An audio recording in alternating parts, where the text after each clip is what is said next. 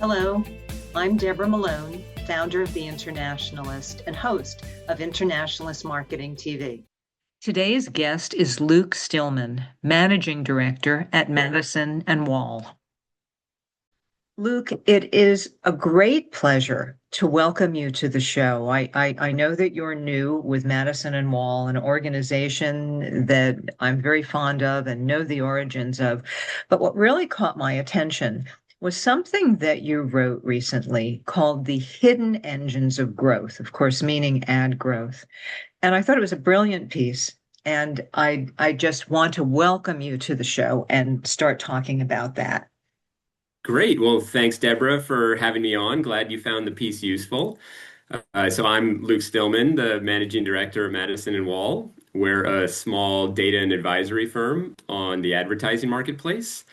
And yeah, happy to dive into the piece. All right. Well, look, let's dive. Let's dive right away because you start with a provocative question. And maybe it's provocative, but maybe it's a fundamental question.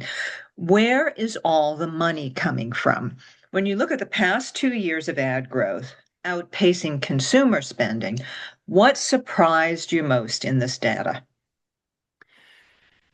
One thing that constantly surprises us, and it's been more than 2 years, it's been many years now, is the advertising economy has been growing faster than the underlying economy.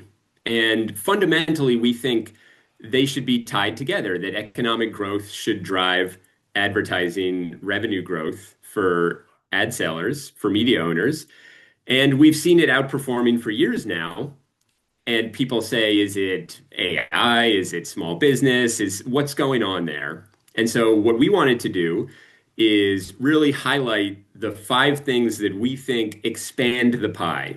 Most of the time, when people talk about a new innovation or a new ad format, it's just moving money from one bucket to another. Whereas these five drivers actually increase the amount of money in the ad ecosystem, and we think drive that incremental growth. That is fascinating, and I hope we get to all five. But I also noticed that well, let's maybe start with the first because I noticed that you talk about creative destruction. Now, is that indeed one of the hidden engines?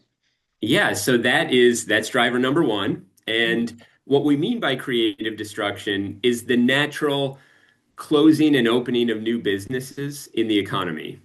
The average business lasts less than 10 years. And so we constantly have this new flow of businesses emerging. And what we've found is that over the past few years, that those new businesses spend more on advertising than the old businesses they're replacing. And frequently it's because they've grown up in this digital age. They're thinking digital first. And the chief example we give is DTC e-commerce businesses. And they're spending four times as much as brick and mortar retailers as a share of their revenues on advertising. So as these brick and mortar retailers close and are replaced with e-commerce businesses, naturally the amount of advertising money in the ecosystem goes up. Do you think this shift creates better marketing or just simply more marketing? Or maybe I shouldn't say marketing, maybe I just should say advertising in this case. Yeah, so one of the big drivers of this shift to performance that we've seen over the past a huge number of years is, at least by the metrics that marketers are using to measure their spend, it's both more and better. We can argue whether big walled gardens and low funnel performance formats really are driving business outcomes or just taking credit for behavior that might have happened otherwise. But at least from the marketer point of view, it is both more and better marketing. That's interesting. And you mentioned performance marketing because now it seems that there might be a little bit of a swing back to brand building, or at least people recognize the balance of kind of short term and long term. What are you finding about that? We believe that most marketers should do more brand focused spending than they do, and that the top of funnel stuff, the awareness stuff is critical. But in terms of where advertisers are actually spending, we think that they say they really value brand building and they understand that they need to invest in their brand. But then when we step back and look at where they're deploying their dollars, what they're doing when they're speaking with their wallet, is they continue to focus on the lower funnel performance stuff. And because CMOs are pressured every year to make their spend more efficient and to tie it more directly to business outcomes, we think that's a permanent structural shift, and it's really hard to justify moving money back towards the brand focused campaigns. Yeah, I mean, in a way, it's a shame that it's the short-term focus, but in a digital age, I guess that's why it's called performance. I did see something interesting in the UK press that I just glanced at, and it said the Meta CMO in London wanted to stop using the term performance marketing. Now, I wish I had more to comment on that, but I didn't read the whole thing. It caught my eye, and I thought that you'd find that interesting. Is there a balance that you recommend? In terms of percentages or not really? Not really. I mean, the thing we're seeing is we're seeing more and more money flow to these big AI-powered black box solutions like a Advantage Plus for Meta or like a Performance Max for Google.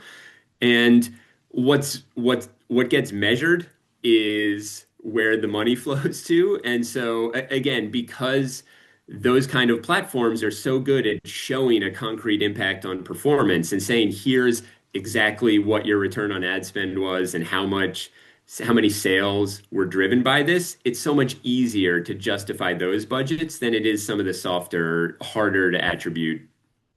Indeed. No, no, without question. Without question. Well, okay. So if that's driver number one, have have we touched on driver number two yet? So, driver number two, number one is the creative destruction. Number two is the compression of fees. So every marketer Compression of fees, did you say? of all fees, but Yeah. creative fees, I think, are the ones that are most in question here. Mhm. So every marketer, what they're doing is they have a pool of money at the start of the year, and then they're deciding where do we spend that money? Where is it best allocated? And it goes to buying media inventory, it goes to agency fees and ad tech fees, and making creative and running events and all the marketing spectrum they can think of. And so that pool of money stays fixed and grows with their business. But then if the creative expense can be squeezed down, then there's more money left over to spend on media inventory. And so, with the advent of new AI platforms and efficiency cost saving efforts, it can squeeze down some of that non working spend and move it over to the working bucket. So, in that way, that's another one of these growth drivers over and above underlying economic growth.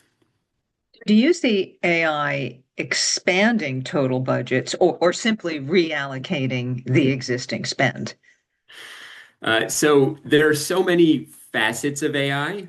In terms of AI to make creative more cheaply, that expands the total pie. But when it comes to AI allocating campaign dollars in an automated platform or AI changing the consumer experience and the way they interact with media, those things, which I think people frequently think of when they mention AI in advertising, those are more moving money from one bucket to another and maybe making one more competitive than another.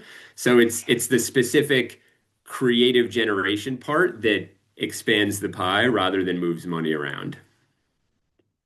It's interesting, and we'll have to keep looking at it, and seeing what it does because in some ways it feels like it's not so much it's in its infancy, but it feels like it's now on everyone's mind, everyone's attention, everyone's budget. So it will be interesting to see how it evolves. You also talk about some other international players as major drivers of U.S. ad growth. Is that number three, or are we Yeah, getting out of yeah. order here? Yeah, yeah. So number one is creative destruction. Number Hmm. two is fee compression. Hmm. Number three is international marketing dollar flows. Mhm. Specifically, countries outside the US that decide we want to spend some of our marketing dollars focusing and targeting US consumers and encouraging US consumers to use their products. The most obvious examples are the big Chinese e-commerce platforms like Temu and Shein. What we've seen over the last few years is more and more focus on American consumers. And so that's a way that money comes from outside this US economic system and creates a growth boost. Now, one thing we thought earlier this year was with the announcement of the tariffs and the de minimis exemption going away, where small goods under $800 had this easy flow into the US, that we would see that reverse and all that marketing dollars would pull back. We saw that for about a quarter, but then it resumed, and US consumers, despite the tariffs, are still buying stuff from Chinese e-commerce platforms. And so it the tariffs impacted things on the margin, but it hasn't eliminated that growth driver. Is it only China? I remember maybe a year or two ago, Vietnam was also spending a lot here. Are there other markets? Realistically, China is the one that's moving the needle on those underlying growth rates, given its scale. But I think over time, it's wherever US consumers find cheaper products that they want, there will be incentive for some of those businesses if big e-commerce platforms of a similar scale emerge in Vietnam or India or other markets that will similarly see marketing flows into the US from there. Well, I'm guessing that geopolitical competition or concerns don't really matter to either ad spend or consumer markets at this point. There's a ton of moving parts, and we think that regulatory overhangs and anyone could wake up to a headline that completely changes the calculus. But at least from a consumer perspective, all those US consumers are just thinking, where's the place I can get this good the cheapest? And even with the tariffs, in some cases, it's still from international e-commerce platforms where even with X% additional cost, it's still better than the next best domestic substitute. That's amazing. It's really amazing. And I wonder if a lot of those consumers realize that some of these sites are from outside the US. That would be interesting as well to figure that one out, right? Perception Well, is reality, right? yeah, we've seen Super Bowl ads from some of these companies, so definitely the awareness is high and increasing. No, you're absolutely right. You're absolutely right. All right. Now, number four in terms of a driver, is it small business or So it's an element of small business. Number one, creative destruction. Number two, fee compression. Number three, these international flows. Number four is making it easier and more convenient for small businesses to spend on advertising. Mhm. Because of course, most of these small businesses, they don't have a dedicated advertising unit. They don't use an agency for support. It's frequently a single person business, and the owner spends a couple hours a month managing their ad campaign. And so the easier and easier it gets to execute that campaign and to shift dollars to an ad platform, the more likely we are to see that. And with products like, again, Advantage Plus from Meta or Performance Max from Google, or a whole host of similar walled garden platforms that are emerging now that essentially say, give us your budget and a few targets and your time period, and we'll take care of the rest for you. That makes it really easy to run a campaign. And for most businesses, what we see is the amount they spend on advertising every year is really closely linked to their revenue. So they spend the same portion of their revenue on advertising from year to year. But for the very smallest cohorts out there, really small businesses, we've actually seen a slightly increasing share of their revenue allocated to advertising. And so in that way, it's an incremental driver. And we think a big factor that's influencing that is the fact that it's just more and more convenient with every passing year to execute a campaign. Are there other, um, media platforms outside of the big five or the walled gardens that are enabling them to do more? Pretty much, I mean, every walled garden, even the mid-tier ones, the Pinterest, the Snaps of the world, Amazon has similar tools now. We're starting to see a number of ad tech platforms launching services that are a similar structure, but for the open web, like Trade Desk's performance mode. But I think we're clearly seeing this move of marketers, both small advertisers and large advertisers, towards AI-powered black box performance-centric solutions. It's just for those large advertisers, they had no problem deploying those budgets. They're just doing it in a more efficient or convenient way. For those small advertisers, potentially that convenience, that ease of use is the difference between spending anything on advertising or spending on local awareness or just doing without. Right, right. And I think, at least in the US, small business is now generating what? Close to 40% of ad revenue. Is that correct? Yeah, so we have a ton of slices of our ad revenue in our model. One of them is by size of advertiser, small advertiser versus large advertiser. And small advertisers are about 37% of the total. And what we see is that, yes, they're of course skewed more towards walled gardens, more towards digital than the average large advertiser. But again, they have a lot of the same motivations and concerns and mix breakdown that larger advertisers might have. So being able to bring easier access tools and more convenient platforms to them opens up additional possibilities.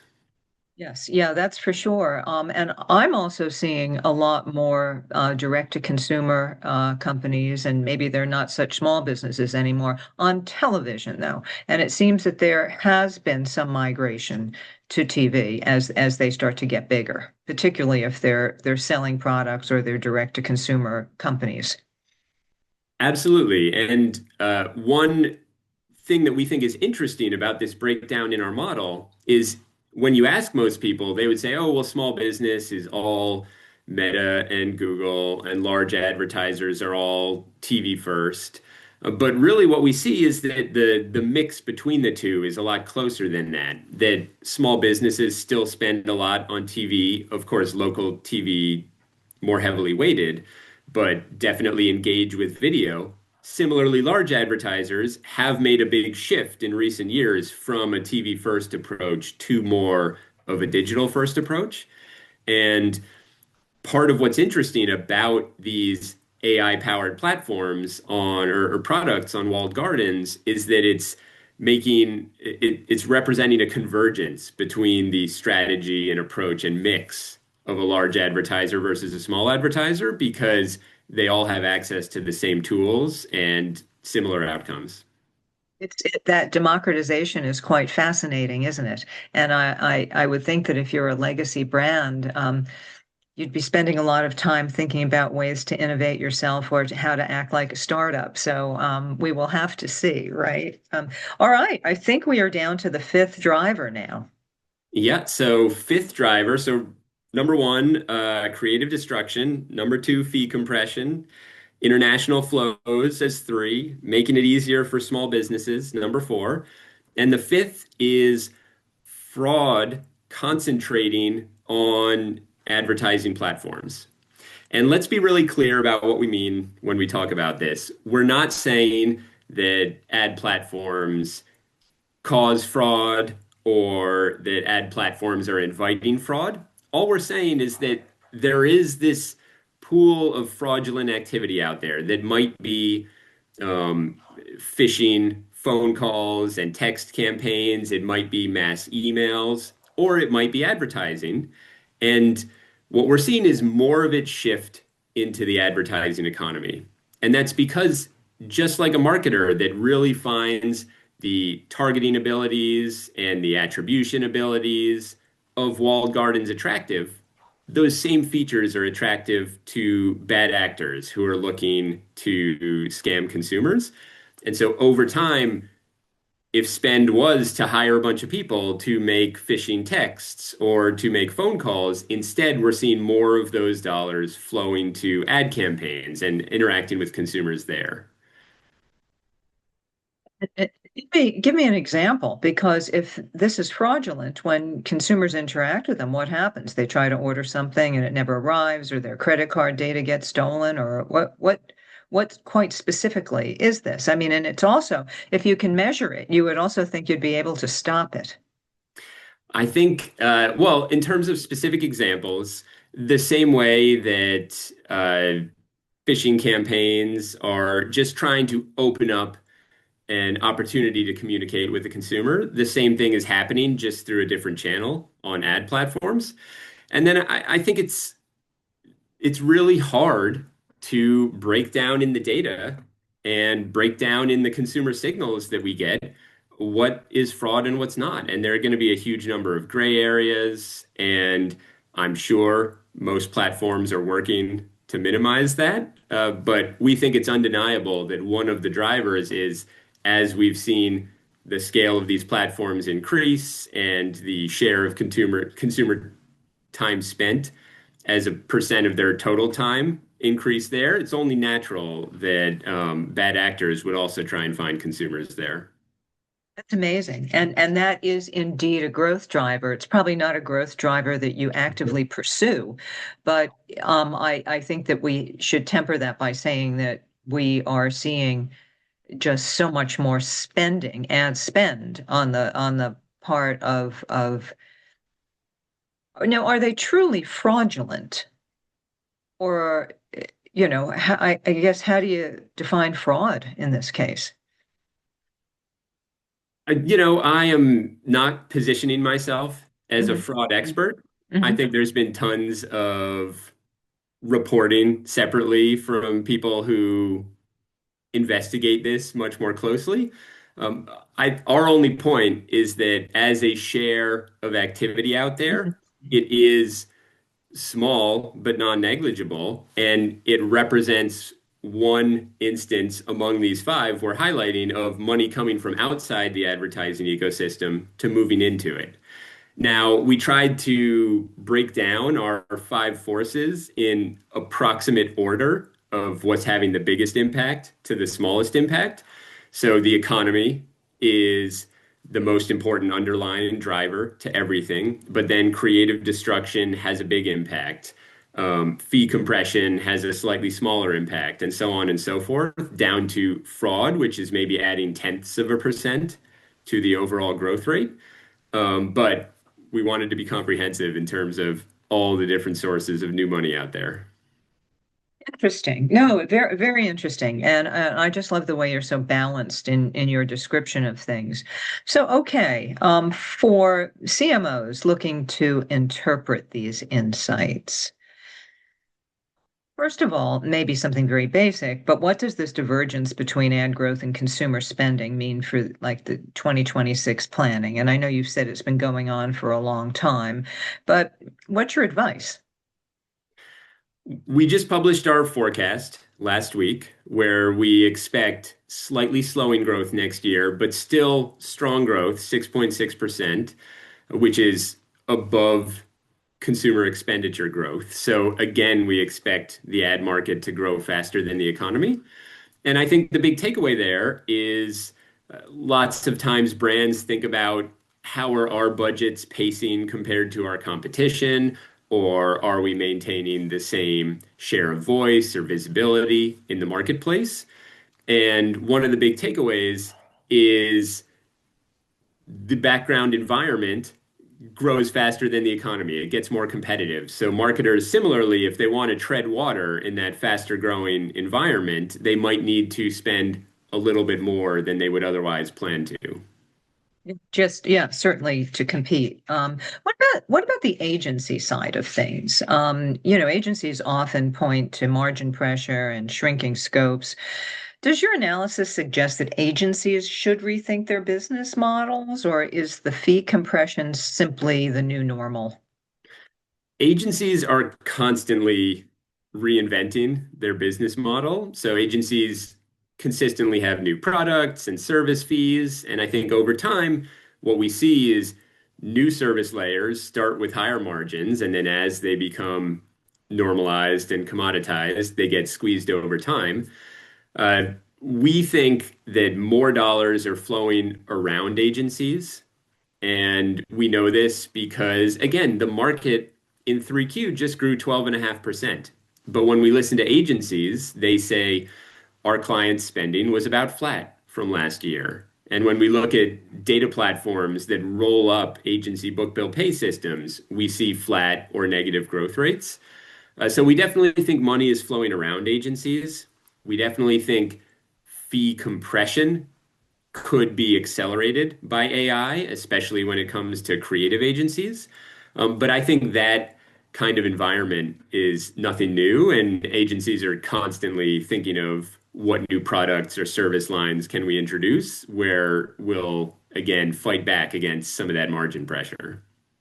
Yeah, and you also raised AI again. So I think the next natural question is, what's the biggest misconception that you hear about, AI in terms of whether it's expanding or shrinking the marketing pie? The biggest misconception that we tackle is it's really natural to think something that's really exciting and feels like a new technology. Of course, that will drive more marketing spend. Of course, there's going to be money flowing in that direction. So, what we constantly try to counter is that's just not how budgets are spent. Most marketers, they have this fixed pool of money, and then they're choosing the best places where they can deploy it. And so the bar is not, is a new AI-powered ad offering useful or does it do anything for our business? The bar is it better than our search budget? Is it better than our social budget? Is it better than our commerce budget on Amazon? Do we need to shift and reallocate some of those dollars from one bucket to another?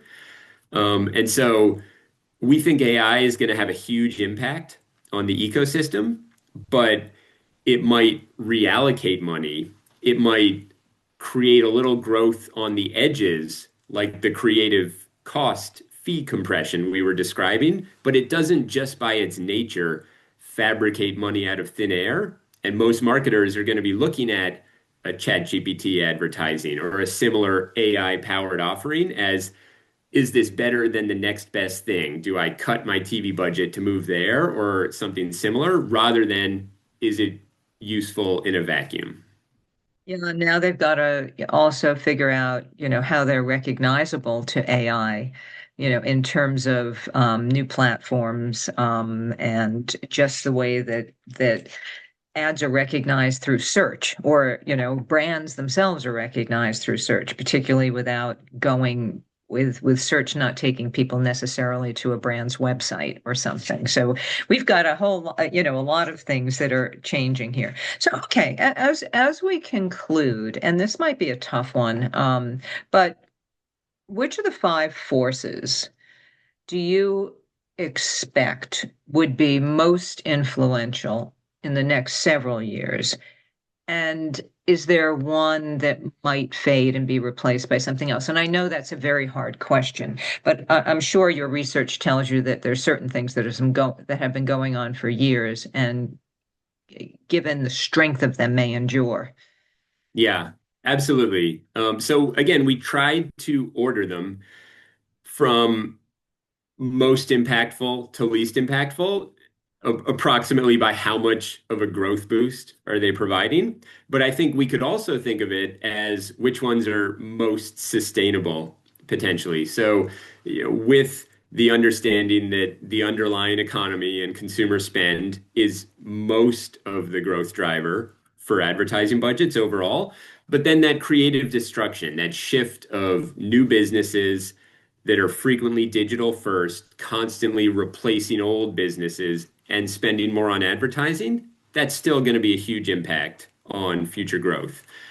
Some of the other factors, the fee compression, the international flows, those have been a big driver over the past few years. But if we don't continue to see uh, new creative tools and solutions come to market, or if we wake up to a new tariff that really does make those international products less competitive than the next best domestic solution, we could potentially see some of those fade away. But again, I think our expectation is we'll see a pretty strong market next year, slowing down from this year, which was extremely strong, but that in the long run, we have a few of these drivers that can keep advertising revenue growth a little bit above the underlying economic growth supporting it. You have made what could be a very complicated story, very, very clear to understand. And I can't thank you enough. And I think we'll have to have you back next to just talk a little bit more about that 6%, 6.6% projected growth. So thank you. Or have you back or your colleague Brian. Well, you both seem to be pretty busy right now. So whichever one works, right? Yeah, well, thanks for having me on. I appreciate the conversation. Yeah, it's been great. Thank you so much, Luke. Really great. The Internationalist focuses on the continual reinvention of marketing by highlighting inspirational marketers around the world and their ideas as they move the industry forward. Internationalist Marketing TV shares these perspectives through interviews and personal stories.